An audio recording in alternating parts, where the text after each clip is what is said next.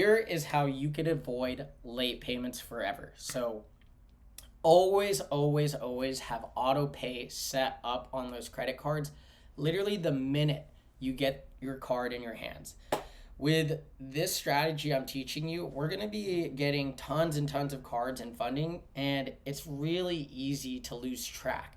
So if you just set it and forget it, you'll never have to worry about getting a late payment. So always do the full amount if you're able to, or at least the minimum. So when you're paying the full amount, you're not getting charged any interest on it.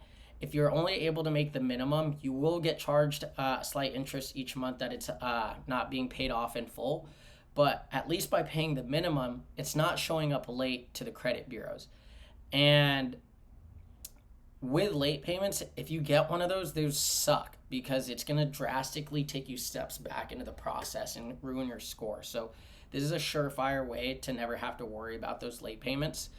And never try to make the payments manually, just because it's a matter of time of being late. Because like I said, we're going to be dealing with so many cards, it's so easy to just kind of lose track of everything. So when it comes to late payments, if a late payment is less than 30 days and then you pay it off before the 30-day mark, it only reports internally to the bank. So it doesn't hurt your credit score. You do kind of get like a slap on the wrist from the bank, and they'll kind of keep their eye on you.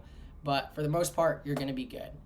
If it's over 30 days, then it will report. It'll hurt your score. And on top of that, you're going to probably get hit with a late fee payment. Now, in order to avoid the late fee payment, all you got to do is give the call on the back of the card, and the person on the other line is a human.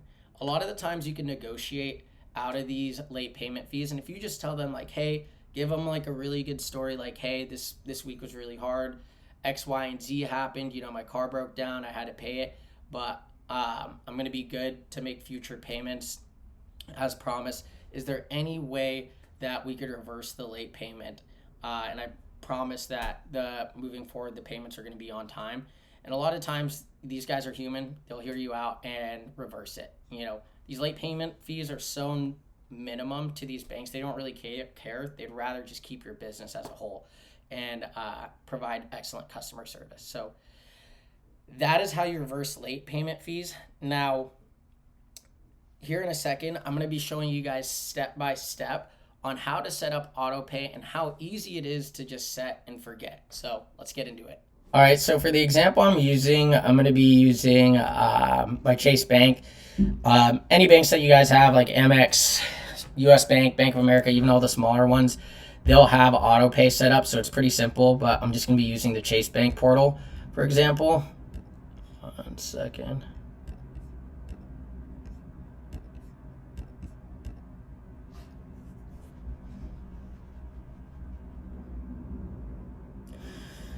Beautiful. So here we go. I actually already have all this stuff set up, but I'm just going to do an example. So over here, this is my Chase Sapphire Reserve card. I'm going to click on this. It already says automatic payments are on, but you go here to manage and then edit. You're going to choose which account that you want to have the card pulling from. So it's my Chase personal checking. So click that, and then statement balance. You could do the minimum payment, statement balance, or fixed amount.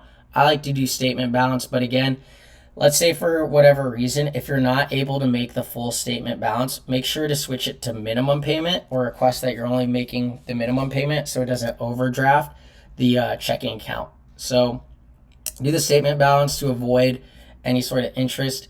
If you can't afford the full statement balance, do minimum payment, just so you're not at least getting the negative reported. You will get some interest, but pay that off as soon as possible. Next, and then you could also set up the dates and times on when that's going to be done. But that is essentially it. Again, key thing is the second you get the card, do it right from the get-go. After you activate it, go onto the online portal for whatever bank you're using and get that set up. So heck yeah, guys, hope that was a ton of value, and I'm looking forward to walking you guys through the next videos. Peace.